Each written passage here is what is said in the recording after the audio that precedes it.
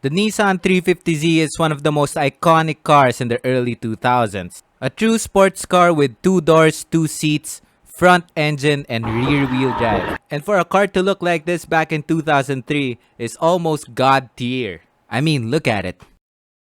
Really look at it. It's still beautiful. To this day. Sheek!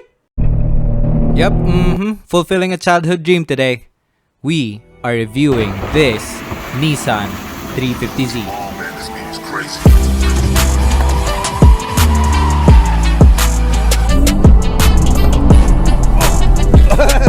See that snap? Yeah.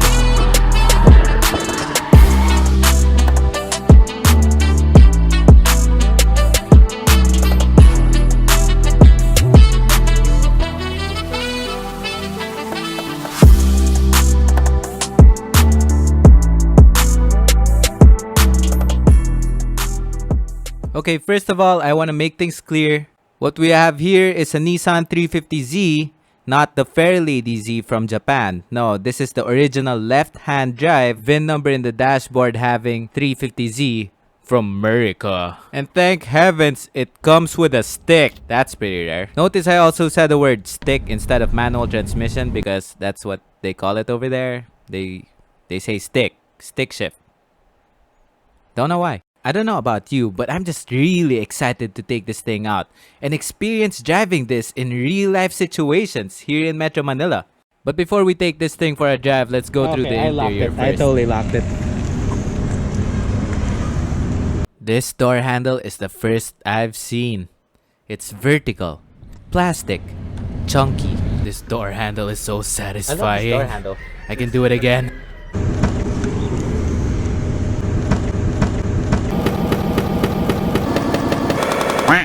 Getting inside ain't hard. It feels like going inside a normal car with a normal ride height. It's not as low as the 86 or the BRZ. I mean, those cars sit really low. Not this one. And your fine ass will be even finer when you sit on these seats.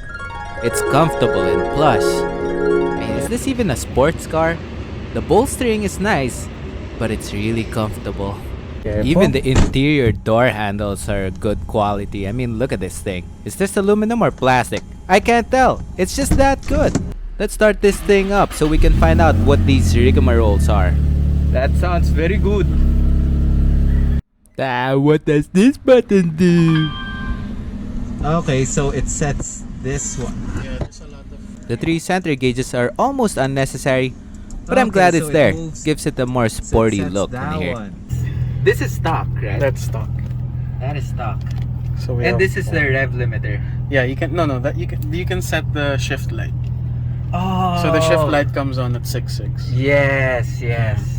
Setting up the steering wheel angle is a party trick in itself. I mean, look at this. This is the first car I've seen where the gauge cluster follows the steering wheel. That's awesome and all. It just sucks balls that it's not telescopic. I thought this is supposed to be a driver-oriented sports car. Enough of the quirks for now. I want to ride this thing as a passenger first. Let's see how it goes. Far. Very far. You're still far. Still far. Let's go! So, you also get to pick red pill or blue pill. You can say it's pretty comfortable in here. The aircon is cold. Yeah. Nissan cold. It's a really hot day. Yeah. In stock form, the 350Z is very comfortable. Cabin is spacious with low NVH. You'll definitely get a kick of being a passenger in the 350Z. It's a vibe in itself, fur.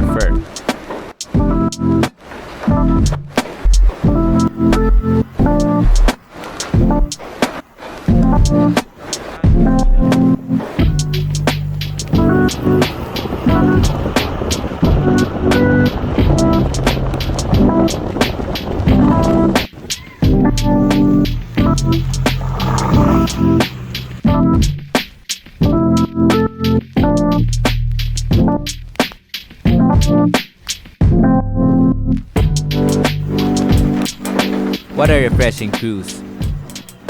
Before it gets dark, we head back to the parking lot to explore more of its practical side.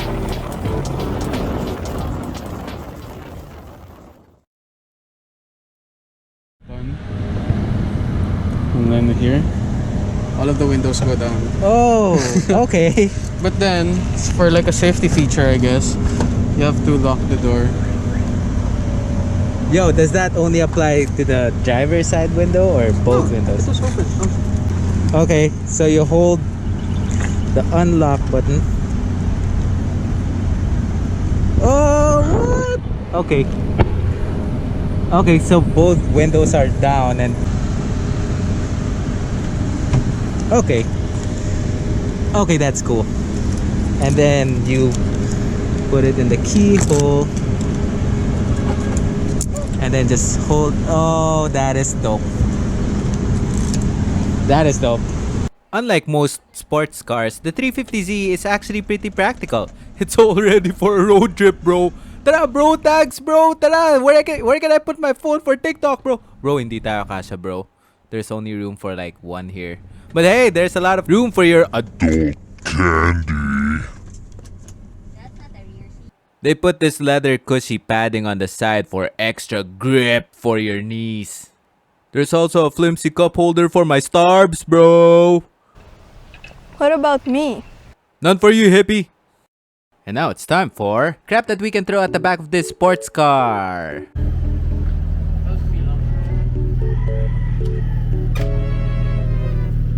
Okay. What are we doing? See, the trunk of the 350Z has this giant tower strut bar thing covered in plastic in the middle, robbing it of space. That's super fun. It goes above the gasket that will fit. Let's see how practical the Z is. Car.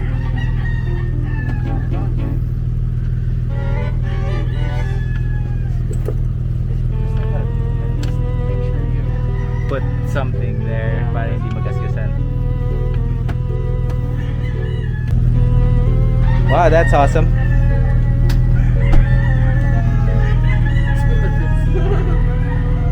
Very practical.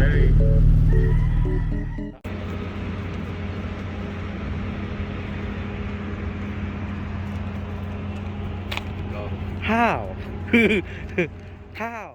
Looking at this thing, it's kinda hard to believe that this came all the way from 2002. I mean, look at this thing. Sexy. Conceived by the Nissan design of North America, Nissan was set out to replace the outgoing and old 300ZX, which in my opinion, also a very beautiful car. And what did the new one look like? Long story short, Nissan didn't like it. I didn't like it either. Thank God they redesigned it, and now we're here. Now let's talk engine. This is the VQ35DE, the first of its kind. 3.5 liter V6. Naturally aspirated and fairly reliable, the VQ35 is loved among enthusiasts. Nissan also tried to put the engine as far back as possible, which is a good thing for balance. I'm not sure if I'm the only one, but I also love how the VQ35DE sounds.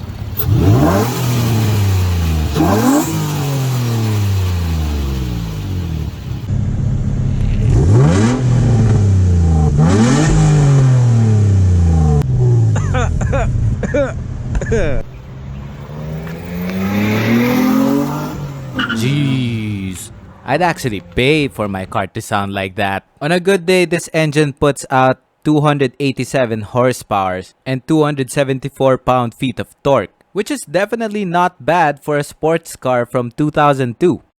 When it comes to fuel consumption, of course, it's supposed to be miles per liter, but here are the numbers. 5 kilometers per liter in the city, depends if you drive it like a sports car, and then 13 kilometers per liter on the highway. 14.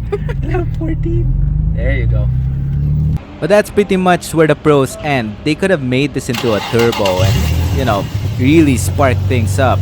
But instead, they kept it NA for reliability. On top of all of that, it's not all bed of roses for this engine either.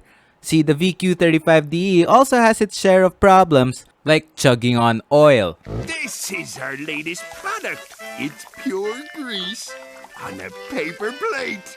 I'll give you points for honesty. Some would also have weird ticking noises in the engine because the chain tensioner, it's a common problem. They also shoved a lot of plastics here inside the engine bay and crap. I think I broke it. Okay, it's time to drive.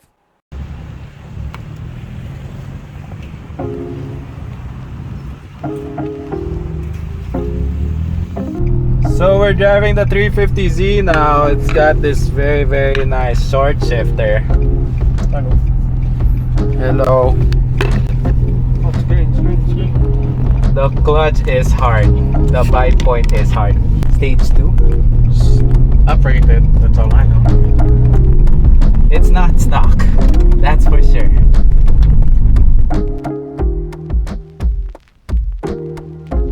And what perfect timing to drive this 350Z in rush hour traffic here in Pasay. Jeez, it's like the car god's mocking me again. Yeah, it's very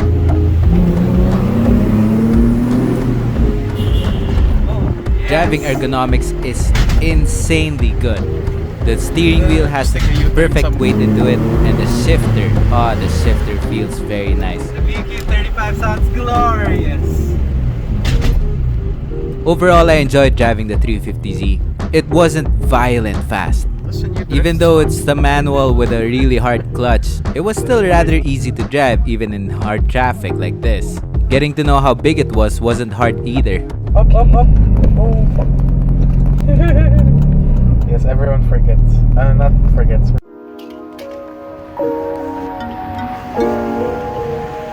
We continue cruising around Pasay so I can get more feel of the car.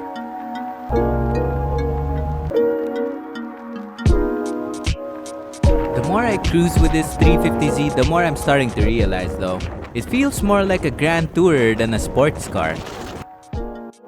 And that's not such a bad thing. I don't know, maybe it's a driving position and the comfy seats that's talking, but there's a certain vibe coming out of the 350Z when you drive it just to cruise. And it seems like it's so perfect for it. Don't get me wrong, I'm not saying that this is not a sports car. I am very well aware of the pedigree of the 350Z. But given how comfortable this is, I am not disappointed. Some people told me, do not drive your heroes. To them I say, try driving a 350Z.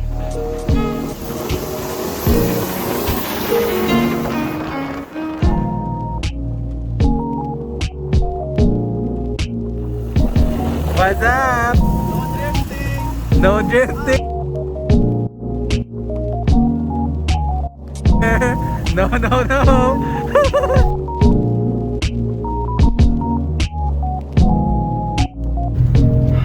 want the 350Z. It's not practical. Don't do it.